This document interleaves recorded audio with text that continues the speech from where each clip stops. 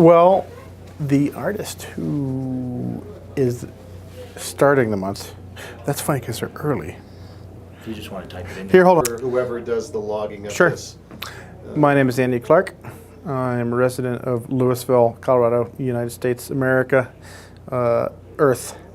I own Moxie. I own Moxie Bread Co. Moxie owns me. We're ready to roll? You're set. Okay. So I'd like to start by talking about your customers and the people who, I just stuck my hand in front of it.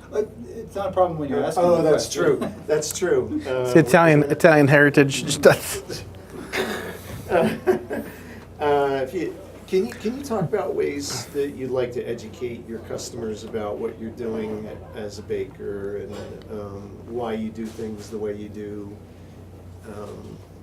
why it might or should matter to them? Sure. We started off using local and regional heirloom grain here, not exclusively. Somewhat ironically, Bob Quinn, who's a big hero of mine, just published a book, Grain by Grain. Came out a couple weeks ago, and I was having a conversation with Bob one time in California, and he made me aware of some of the anti-inflammatory properties of heirloom grains, particularly his Kamut Khorasan grain, and it made me kind of ponder and ask more questions about some other grains that may be more healthful for humans, and are they older grains that we've grown up next to and eaten for thousands and thousands of years, and that was the beginning of a sort of deep dive into nothing but heirloom grain. Okay, redo. Or do I just keep rolling? Okay. Because I'm not even sure that Bob's book is called Grain by Grain. So I'm curious to know what you want your customers to know about what's special about what you're providing them. So we believe that these older grain varieties that we've grown up as human beings eating for maybe 10,000 years are easier to assimilate and easier for us to digest. The fact that humans have been eating grain for 10,000 years and have only recently experienced this huge allergic reaction to it, be it celiac disease or non-celiac gluten sensitivity, is disconcerting. And we think that if we can source grains that have been tried and tested for years and years, that's probably the grains we should be eating. Okay. You seem to have other ways that you relate to your customers. You teach some of them how to bake, and you have signs up that tell them we have this cool wheat for sale. Can you talk about that? What motivated you to do that? I've kind of found myself in this almost a rabbit hole of curiosity and creativity within the bread making process. I dream about it. I dream about making pizza. I dream about the subtle nuances of flavor that we can get out of fermentation in different wheat varieties. So, baking is often a mystery to the layperson. It's almost like, changing the oil in your car seems like such a technical thing to try to do, where it's such a very simple, commonplace thing. We want to kind of demystify the baking process and teach people the joy and the zen of baking at home. So you have classes. What do you do? Yeah, so we're doing classes about once a month now, and from baking or making your own sourdough starter from scratch, through a short fermentation of a one-day process or an overnight fermentation, milling at home, planting wheat in your backyard, in your garden. Let's talk about milling, because you've started a milling operation here, where you're not just milling for yourself any longer. Sure. Yeah, it's funny when we opened the bakery 4 years ago, a friend of mine, Catherine, really urged us to, consider milling in house, and it was a dream I had, and yet somehow seemed like a pretty big task to have to mill your grain every day. And as it turns out, it is a big task, but it's a very rewarding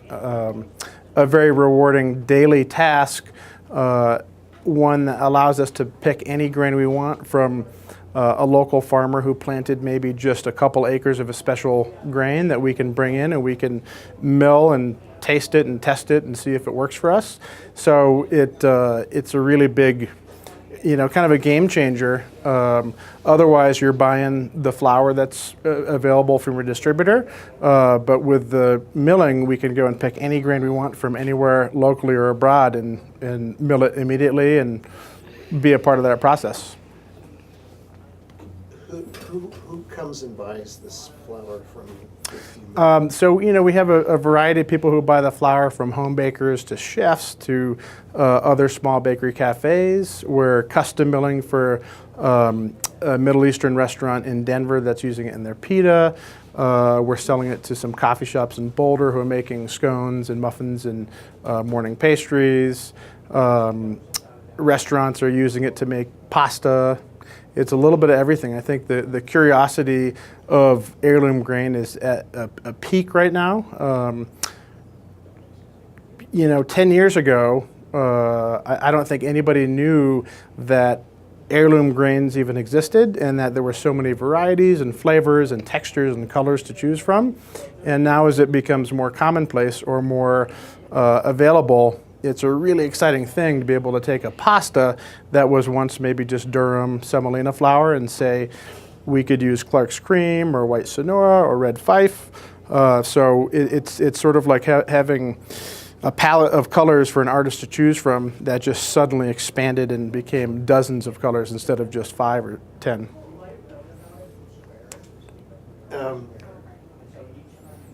What do you hope to get out? I mean, what do you want consumers to get out of this? Are they coming to you to bake because they want to bake?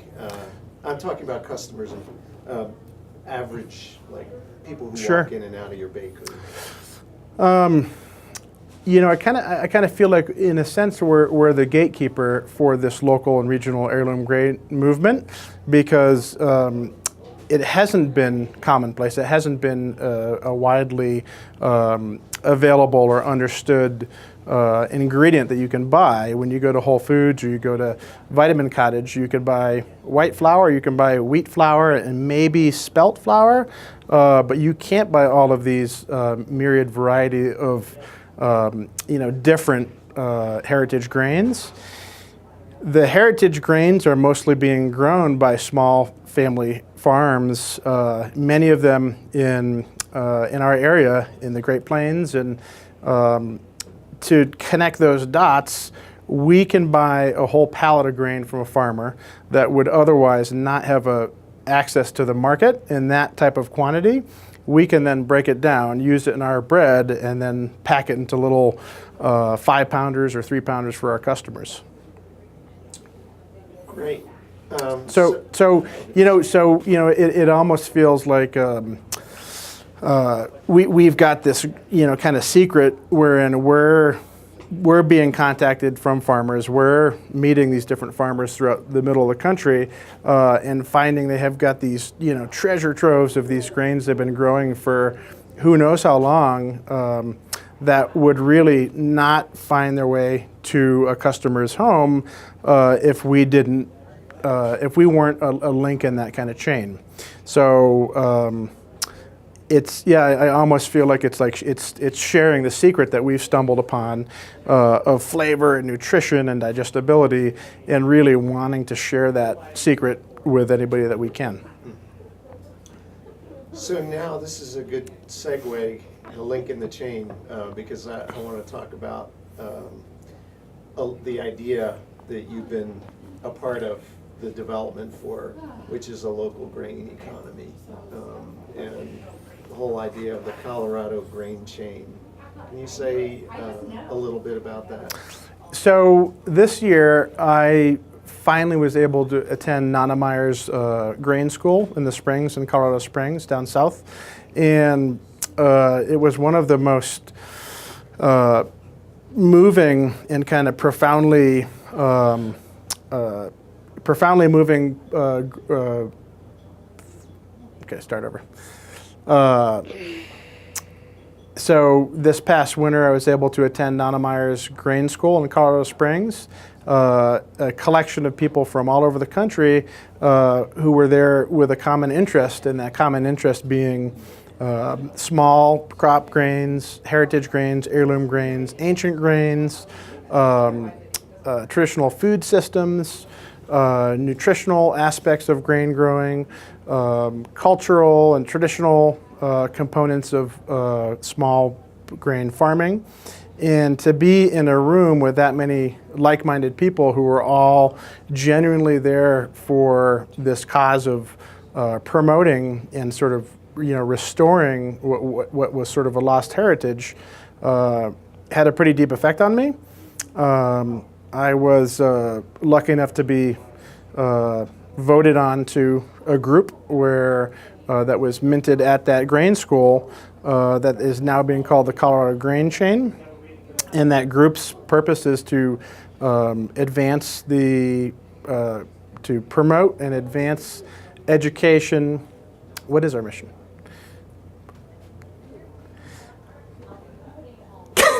I don't have the mission statement in front of me. I don't think we have it actually. We need to continue to kind of develop a mission statement around it. But Grain literacy. grain literacy and some marketing behind grain and some ideas behind shared equipment use and investing in maybe one person buys a big mill and the other farmers can use it. Maybe one farmer buys or refurbishes a combine, the other local farmers can share. Taking back the land to small family farms from these big, multinational monocrop farms that stretch as far as the eye can see and really aren't creating any value for the people who live on the farm or the people who live in these towns. So what has become of great interest to me is breaking down these really big corporate farms and bringing it back home to the people around here and keeping the grain here. It's almost like the cow that goes into a hamburger and it's almost like the hamburger that's made from 100 cows.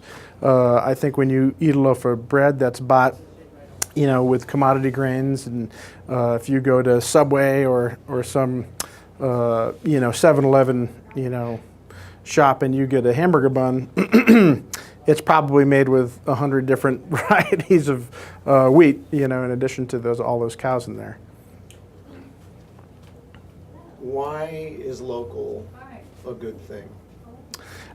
Once we started buying more of our ingredients locally, in realizing the depth of the relationships of having our honey come from a local honey producer and our, hold on one second. Okay, redo. Why localism? So once we started to buy more of our ingredients locally, the depth of the relationships and the sort of mutual respect and assistance that goes along with buying a local ingredient and supporting a local community and building that relationship where you can pick up the phone and say, hey, I'm out of carrots, and 5 hours later, Jason from Aspen Moon shows up and says, hey, great, I was just dropping my kid off at school, let me swing by some carrots. And you know his family, and you know his farm, and you know his practices and his belief systems and where the money's going. The flavor of buying locally produced fully ripened vegetables is completely different than buying a hard tomato from California that was picked weeks in advance. But for the most part, I think it's, it can't just be local and organic and not taste good. I think all of these things have to line up. So sometimes I feel like there are some misses that occur where, oh, it's great, it's local, but it doesn't really taste good, but it's local. So, we actually find ourselves in dialogue supporting the producers that we're buying locally from and asking having slightly different requests. Can we grow this wheat in a certain way, or can we have this fermented product fermented slightly longer or shorter, and make these subtle adjustments to what we're buying. And largely, producers and growers are more than happy to meet you with your demands and requests. So do you find yourself able to have an influence on, say, the varieties of wheat that farmers will grow? Yeah, for sure. And I'm just now stepping through how to work with that relationship, because there's actually a lot of responsibility that I feel when a farmer asks me, hey, what should I plant? And I say, well, I'm not exactly a farmer, I'm a baker, but I know I love this turkey red variety, so plant that, and well, what are the conditions that it's being planted under? What does Mother Nature deal up that year? What is the grain that we get the following year? It's pretty much a year's investment in time and energy and money. So just last week, Brian Stambaugh called and said, hey, we're planting spring wheat, what do you want? And I got a little nervous, I'm like, geez, it's like having a baby, you've got this gestation period, and you're going to have a baby once the baby emerges, baby. And you hope it comes out healthy and strong and turns into a fine young lad, like this one. So yeah. Okay, so I would like to switch to some sort of personal aspects of your role as a baker. Sure. And as an owner of a business here. And I was wondering if you could talk a little bit about the goals over the long term that you have for yourself as a baker and as the owner of a bakery. Do you have talk a little bit about your vision? So, do you need time? Okay. So if you could rephrase that as you start.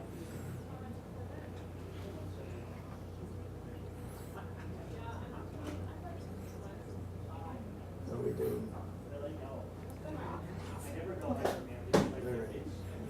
So, goals and responsibility. Yeah. So when I think about what my goals are as a baker and my responsibility as a businessman, I feel a huge responsibility to being a strong community supporter. It's amazing when you're a small business owner, how much you get involved in town politics. And while I don't really have a lot of stomach for the town politics, I do want our community and our town to grow in a healthy way. And in what I see is appropriate progress. So I find myself fairly involved in town politics, pushing for whether it's the ability to have music on Friday nights in the downtown area, or what new big behemoth buildings are going to be planted in our little small Main Street area. I feel a big responsibility to being a good leader. I feel a really strong responsibility to my staff to create and to maintain a thriving business. I feel very lucky that when I close my eyes at night and I and I dream, and I wake up in the morning and I think about my goals. I often feel like a Jack Russell, just looking for a ball, just scanning the ground for a ball to play with, and that ball for me is making good food and sharing time with my community and seeing the community come together, seeing the people of the town grow as a community. My greatest fear is that I'll wake up some morning and that Jack Russell want for the ball will somehow dissipate and not be there. I've always had it. I've always had this really strong desire to succeed and to be creative and to contribute. And so I think it'll always be there. I feel it's a big part of what has helped drive me to this place here is just that internal, intrinsic, kind of cog that's always, moving forward. But it's really exciting to be 4 years into a small business and have the financial aspects of the business perform, to have a really strong staff that enjoys being here and truly is part of our mission. We have one mission together. It's not my vision, it's our vision. So I feel really lucky every day that this is how I get to spend my day. And I feel, being somebody who is in this position, not to waste it and not to piss it away, to make the most of it. So bringing nutritious foods, bringing soul-satisfying foods. So maybe it is butter and sugar, but it's okay to have some soul satisfaction next to the whole grain bread and elixirs that we make and botanical teas. We've got a really good spread between health and soul satisfying health. Do you see yourself having, in terms of a community role, and this Colorado grain chain, do you see yourself playing a significant role in the future, trying to link up these different moving parts? I think, within the Colorado grain chain, we've got a really dynamic representation of farmers and folks in academia, chefs, millers. We've got a really great assortment of people. I feel my role as a baker will really help with the kind of marketing end of getting all of the work that's being done by the farmers and the millers and the university academics and pushing it out to our customers. So I think the group will, in our first couple meetings, we've gone over so much ground. It's a strong, active group of individuals who are all working on this common mission. I think in a year, if you say Turkey Red or Red Fife, I think that because of our group in Colorado, I think there'll be some recognition to it. When you look at the world of coffee, 5 years ago, 10 years ago, people weren't really, buying single estates or single lots of coffee and really highlighting the special nuances of different processes for drying the beans or roasting the beans or where they came from or what elevation they were grown at. And now it's fairly commonplace for somebody to know what the flavor profile of a natural processed Ethiopian coffee bean would be. Maybe they don't like it. Maybe they don't want a really blueberry flavored coffee, but people know what it is.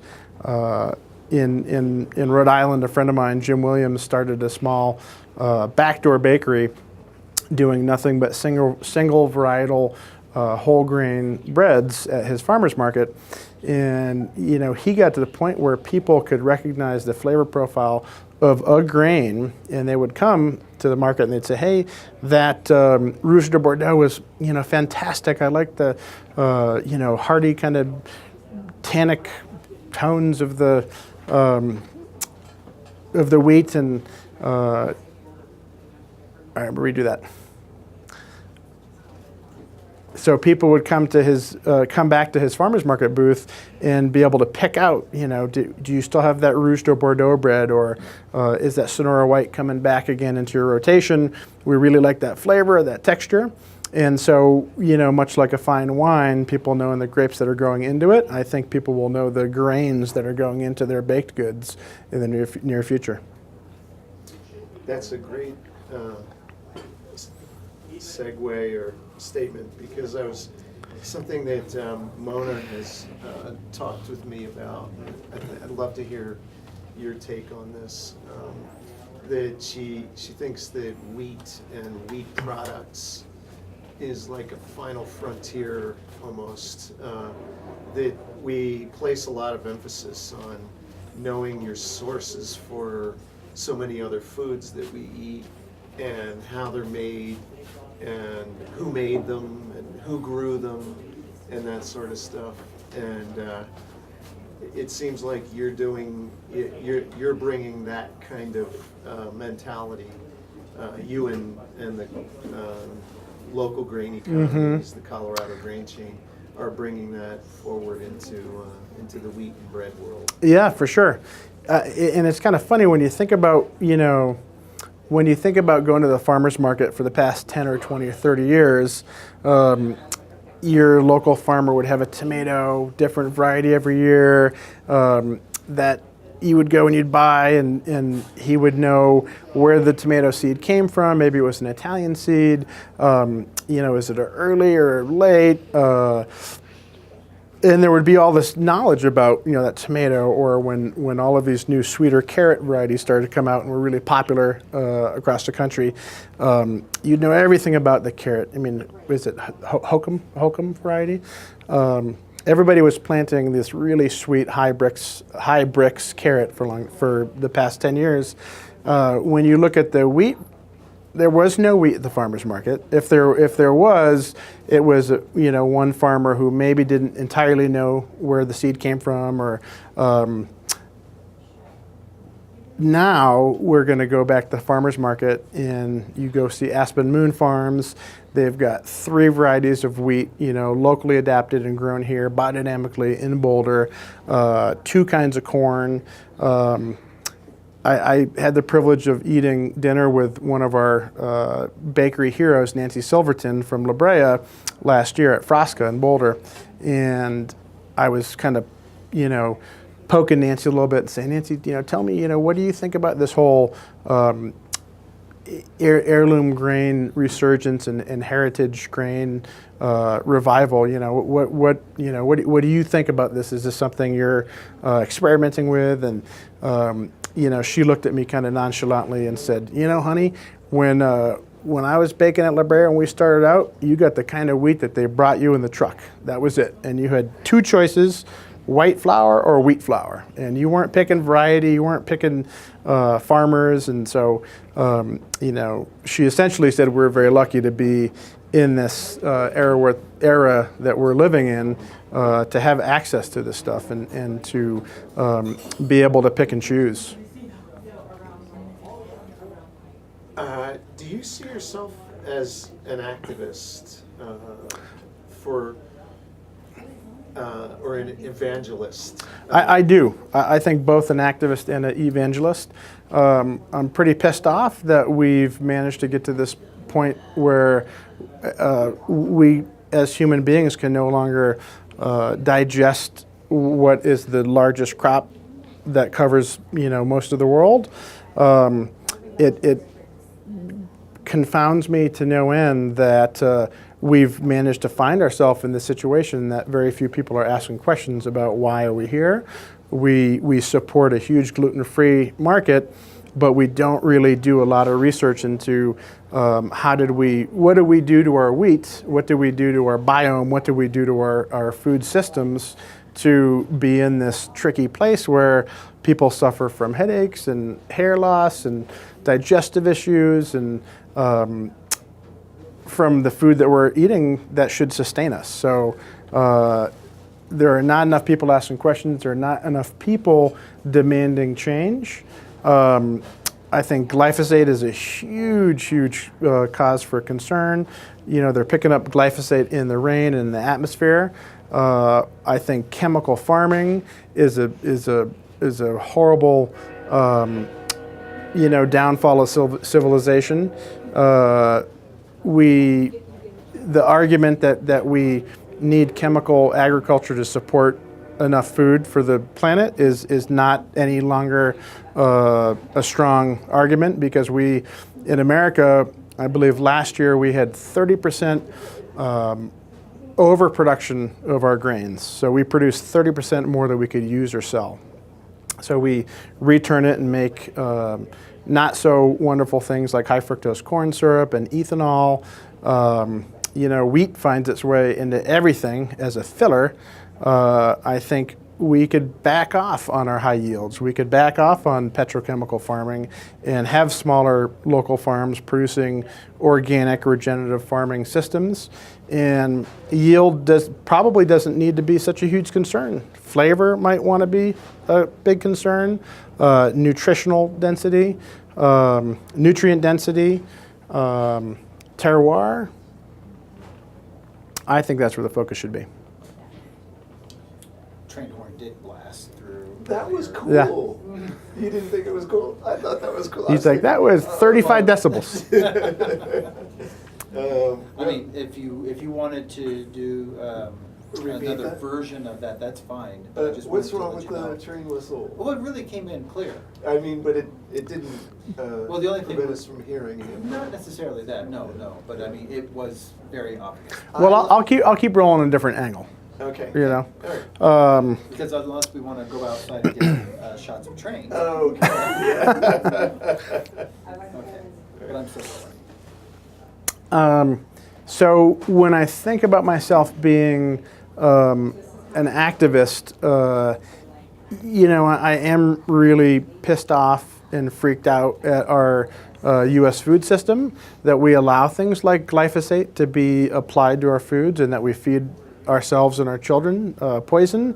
I wish I could go back in time and be, in that room when people thought it'd be a great idea to take, post-war chemicals and dump it onto a food crop that you're going to eat. It blows my mind.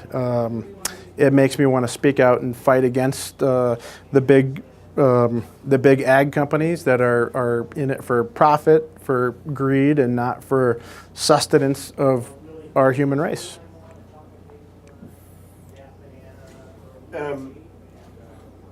Can you talk about what you feel are the obstacles that we face in getting the kind of bread, the kind of wheat? You're already alluding to it with the big farms, but are there other obstacles that you see that stand in the way of wider availability of the kind of grains that you think are more worth our consumption? I think, breaking down 50 or more years worth of really big corporate farms and breaking that down into small local systems that have a mill and a combine and an elevator, a place to market and sell the wheat. It's really not that different than ranchers now trying to grow or trying to keep cattle and slaughter it on the farm. They have to go to a USDA slaughterhouse. Well, guess what? There's not tons of USDA slaughterhouses that are going to accept, your 2 cows or your 100 chickens. So it's going to be, groups like the Colorado Grain Chain who help to put these pieces of equipment and partnerships in place, and these work groups that help to, they're almost cooperatives that help to break down this really big mega farming system that we've come to depend on in America. I don't really see, I do see obstacles, but I can see a clear path. And as separate groups throughout the country have been forming over the past number of years and achieving these things, it just is going to be a few years before it's all realized across the whole country. Background talk got a little bit loud, but. That's okay. Busy cafe here. Yeah. Yeah, it's a good thing we're doing it now too, and not in the morning, with that room just like going off. Yeah, yeah. Is Philippa here? Yeah. I thought so. Yeah. We're almost done here. Any visions you would like to share? This related to local grain economies. Any visions you would like to share about the future of grain agriculture, the food industry in general, bread making? What are your aspirations? You know, I guess something that keeps coming up for me is I want to take back our food system, and I want to know the people who are producing our food, and you know, not a bunch of guys in suits in Chicago and New York and Minneapolis who are deciding our futures, our wheat futures and our futures otherwise. You know, we're privileged to live in a place like Boulder County where so many like-minded people want to break up that big corporate, you know, kind of, you know, death grip that is over our food system. And I think it's just, you know, one small step at a time. I'm in a place now where, you know, I wouldn't call it paranoia, but I don't trust the government. I don't trust the USDA. I don't trust the FDA. I don't think that they're looking out on our behalf. So I am personally highly motivated to go and find a wheat farmer, find a produce farmer, find you know, the people who are going to produce our food and know who they are, know what ways they're producing our food, what ways are they farming, what chemicals are they or are they not applying, where are they storing the food, how does it make it to us. I just want to know, you know, I want to be a part of it. It's almost like you know, when you're having a wedding and you're going through your wedding list of who's going to come, and you're like, okay, I want that guy to be there, and he means a lot to me, and I want them. You know, I want to pick our A players in for ourselves, for our family, and for our community, and be able to have my stamp of approval on these people that we're bringing in. If we're turning their ingredients into food, I feel like we should be the stewards, and we should know where it's coming from. I think we can stop there. Yeah. Yeah. All right. Okay. Thanks Yeah. a lot. Thanks, Woogie. Thanks, Theo. Any questions? What question? What question do you want to? Theo, what is your favorite bread or pastry from Moxie? Queen one. Queen Mon. Which one? Which kind? Original. Have you ever helped to make a Queen Amman? What do? Do you roll it out with a rolling pin? First it's a square, then I fold the edges. Do you fold it all the way in? And then what do you do with it? You cook it. You cook it. You bake it in the big oven, and then you eat it probably when it's still hot. Thank you, Theo. Thank you. I have two. I have a question, but we don't have to. Okay.